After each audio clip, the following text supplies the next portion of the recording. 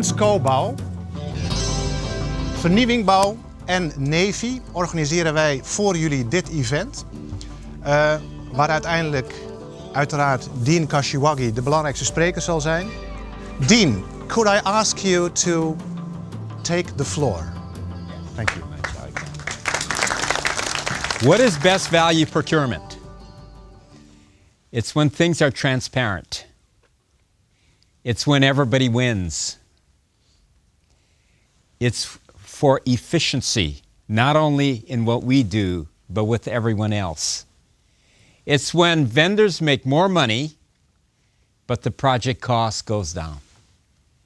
That is best value. Other ways of looking at it. If I'm a buyer, who do I want on my projects? The people who are paid the most or people who are paid the least? We want people who are paid the most. We do not want people who are inexperienced, who don't know what to do, who are not paid that much. The whole movement of procurement should be going to procuring people who can see into the future. What is risk? Risk is when people cannot see into the future. When somebody is inexperienced, they can't see into the future. When they can't see into the future, does decision making go up or down? Goes up. When decision making goes up, risk goes what? Up. And cost goes what? Up. So buyers, should they increase their decision making or decrease their decision making? Decrease. Because when they can see into the future and they realize that when I release this bottle, it's going to fall. They can see into the future. When things are dominant, does decision making go up or down? Goes down. Therefore, decision making is a good or bad thing? It's a bad thing. Because if you can see into the future, the present condition will dictate the future. And if you understand the present condition and the future condition, you will not make a decision because you can observe and see into the future. Therefore, if you're making a decision, you're making the decision based on what you know or what you don't know. It's always on what you don't know. Because if it's what you know, you can see into the future. And you will not be making decisions. Therefore, a buyer should never make decisions. A buyer should always make things more simple or more complex? Simple. Is that currently how we do business? Okay, that's the problem. We've been doing this for a long time. Almost 18 years now. Over 1,000 tests. We have rarely been wrong. Less than 2% of the time is the buyers we work with unhappy or the vendor has caused deviation. And whenever we have had deviation over those 17 years, it's always because somebody made a decision and did not want to listen to logic. At our own university, over the next 10-year period of time, which we started 3 years ago, by changing our buying in 3 different services, sports marketing, food services, and IT networking, by outsourcing these 3 services, the 3 services gave the university $100 million. And they're all making lots of money. What happened? We have a buyer and we have a supplier. Who should be an expert in what has to get done, the buyer or the supplier? The supplier. To understand this, just change it around. This way, between the boss and the worker. If the boss has to talk more, what does that tell you about the worker? Got the wrong worker?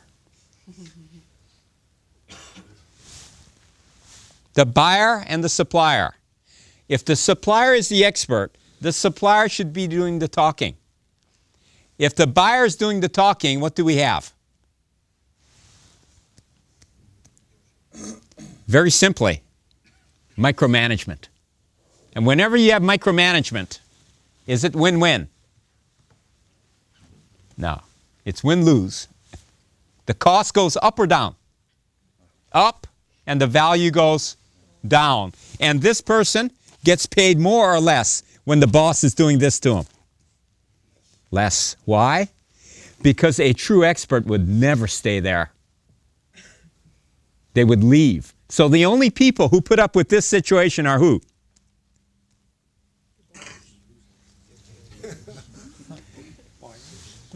The people who are blind. Right? But it takes courage to tell the boss that you know how to do your job. Right? And sometimes that's a daunting task. But we have done this for quite some time. There are 2 manuals that we put out annually. And I have one on me. And I do not want to carry it home. The first manual is called Information Measurement Theory. It is the art of logic and common sense. And the second manual is the history of everything we've done in the United States and elsewhere. All the case studies, including the legal aspects of it. We went through 3 huge projects lately that went to protests. And we had a legal person, an arbitrator, arbitrate on the protests. And the complete writings are in here. They have given the most complete, easy to understand description of best value procurement. It's amazing. But it's important to know theory and it's important to know the process. Which one is more important? It's actually this one.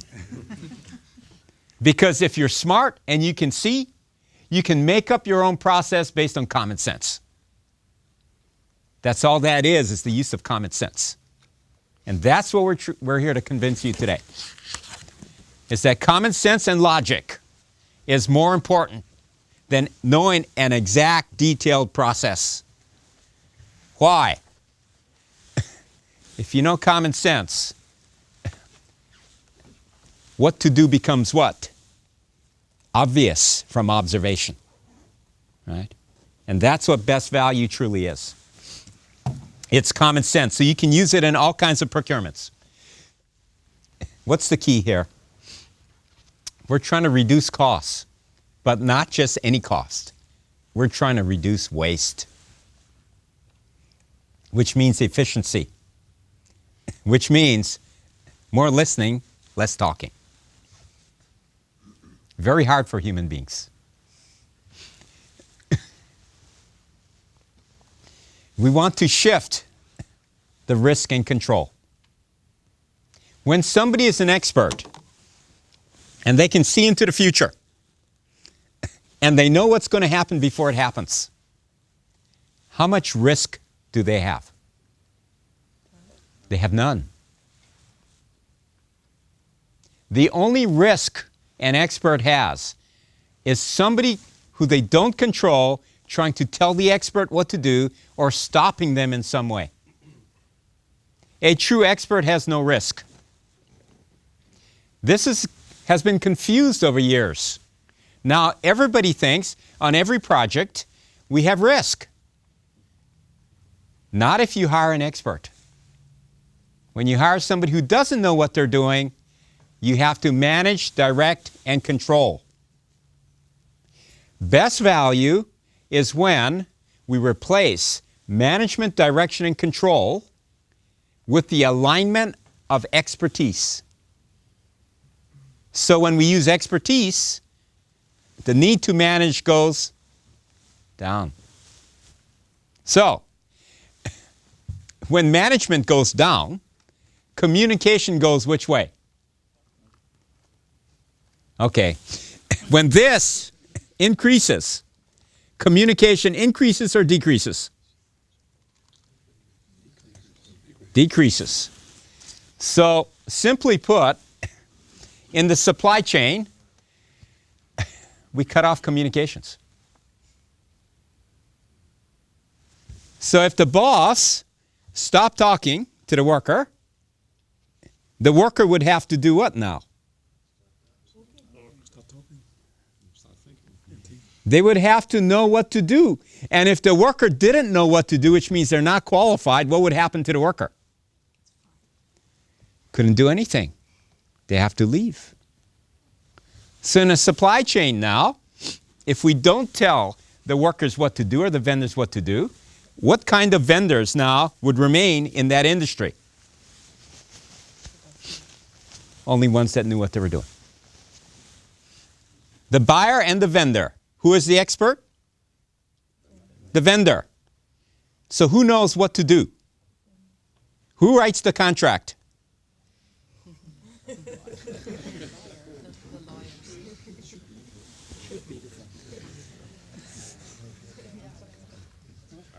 Interesting, isn't it? Who is the offerer and who is the acceptor of the offer? Is the buyer the offerer or the acceptor of the offer? Should be the acceptor. Wow. Interesting, isn't it? If somebody can see into the future, is their cost going to be higher or lower? So expertise goes up, price goes what? Down. Okay. Here's an expert. Sees into the future, knows exactly what to do. Somebody's doing this all the time to them. Do they become even more proactive? Become reactive. Because after a while, it's just unbearable. Every industry is divided into 4 quadrants. Competition and performance. The buyers want to be on which side, left or right? The right. What's the difference between price-based and best value? What is price-based? It is when price is most important. Okay? Price-based has lower performance simply because the wrong party's doing the talking. That's it. The top, best value, is when the right party's doing the talking. Where do we practice management, direction, and control? Price-based. Price-based and management, direction, and control, and the wrong party's doing the talking, are all characteristics of the same thing. So this whole time in procurement, when we tell all the vendors what to do, pick the lowest price, and negotiate the price down, we were being more efficient or less efficient? Less. This is the emperor with no clothes. How can somebody do this for their whole life and try to increase their professionalism when it makes no sense at all? Wow, isn't that interesting? It's common sense.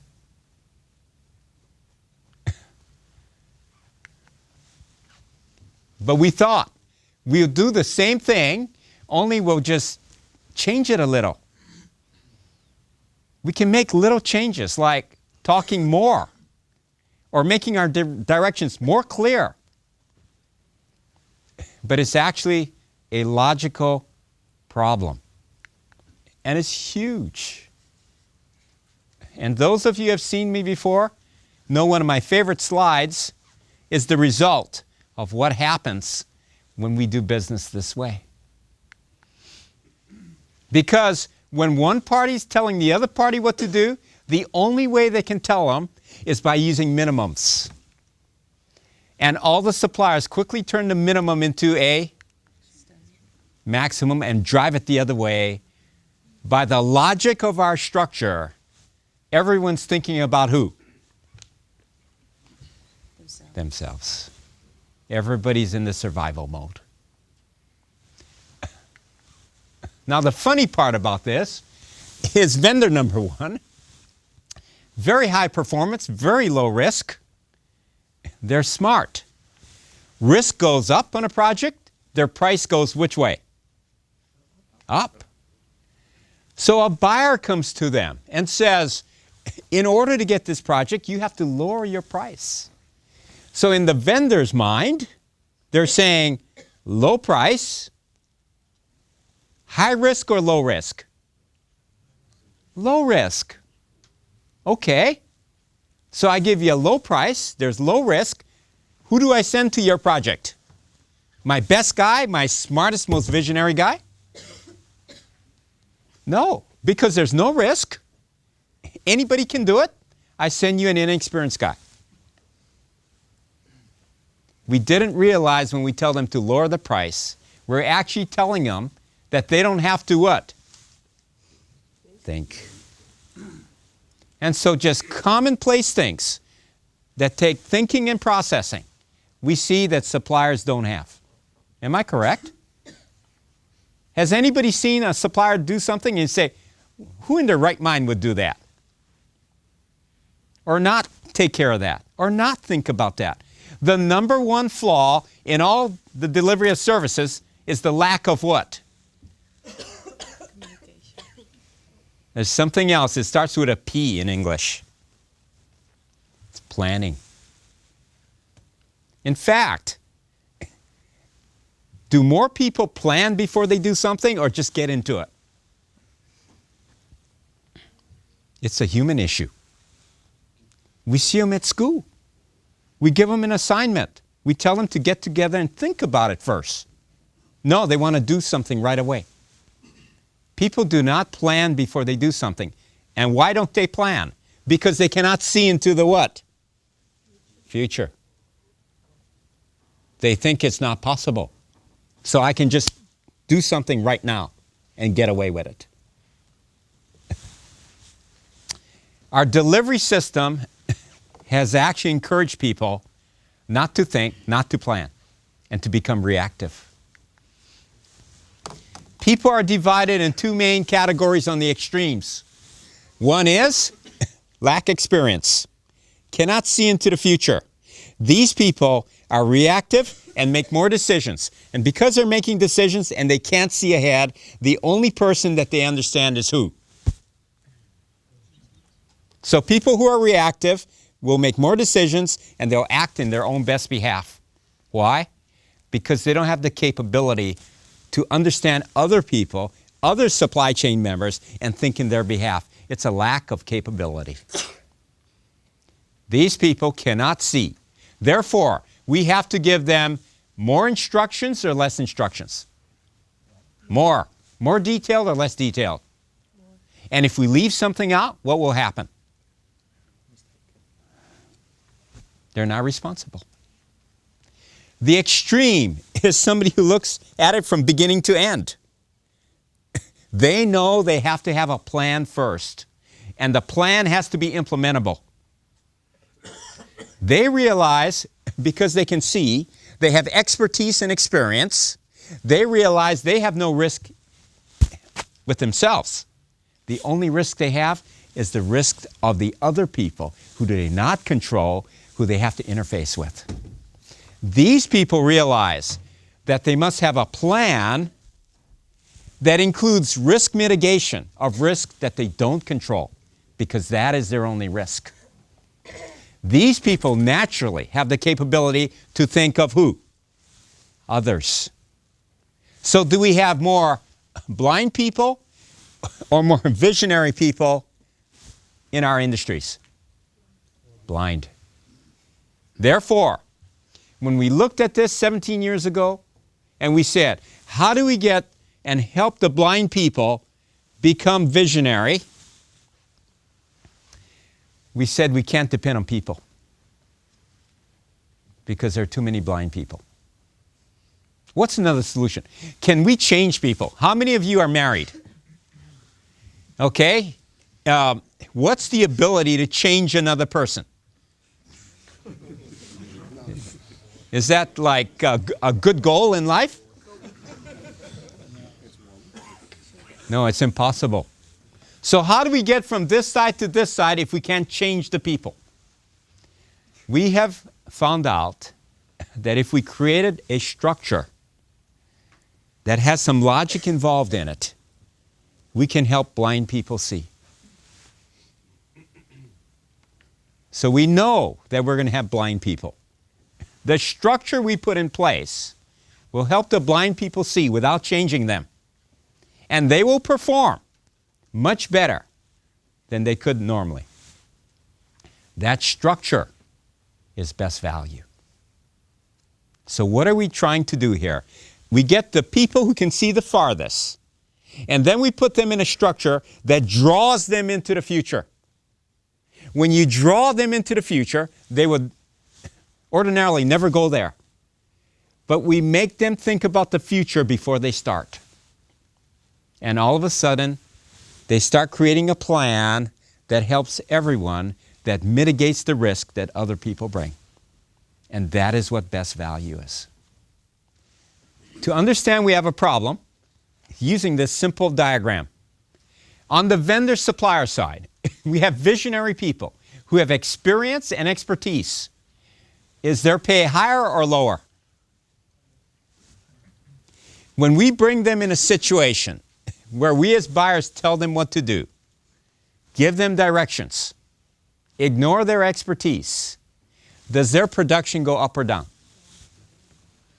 Okay, so what is the future of a visionary in our industry if we have a price-based environment?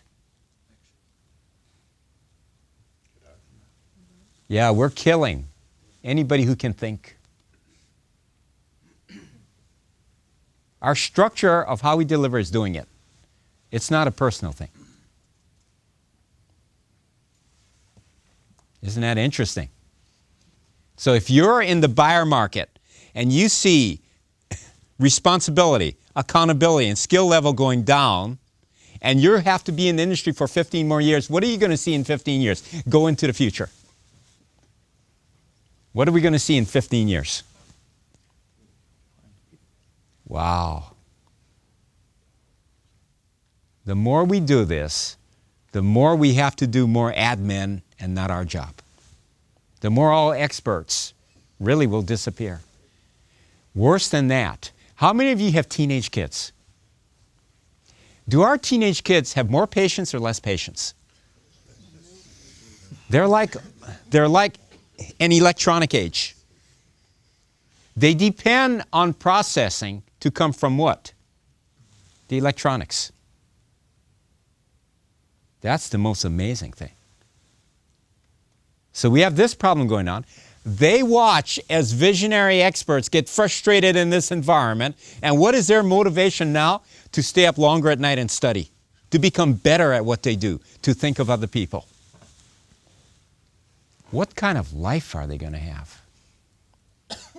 And I bet we as procurement people never realized that we control the future. Wow.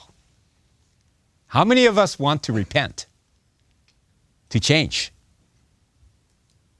Is this a worthwhile goal to change? I'm proposing to you all, anybody who's like me with a lot of gray hair, don't worry about it, right? Our day's over. I'm just kidding. I'm just kidding. I'm just kidding. But the young people, I mean, you have to understand what's going on. Never think that you can have an impact, that you work in a bureaucracy that you can impact. I still remember when I got into Arizona State University 20 years ago and told my boss, we are going to impact the world. He said, Dean, you can't say that. People say you're arrogant. That's stupid. You can't have any impact. You're too small. Over 17 years, we have actually seen this idea get proliferated. I now believe if you have enough energy and you can shape your life as if we're doing business, you can have an impact. You don't need a position. You don't need authority. All you need to do is to show your brilliance by using logic and common sense. That is what best value procurement is.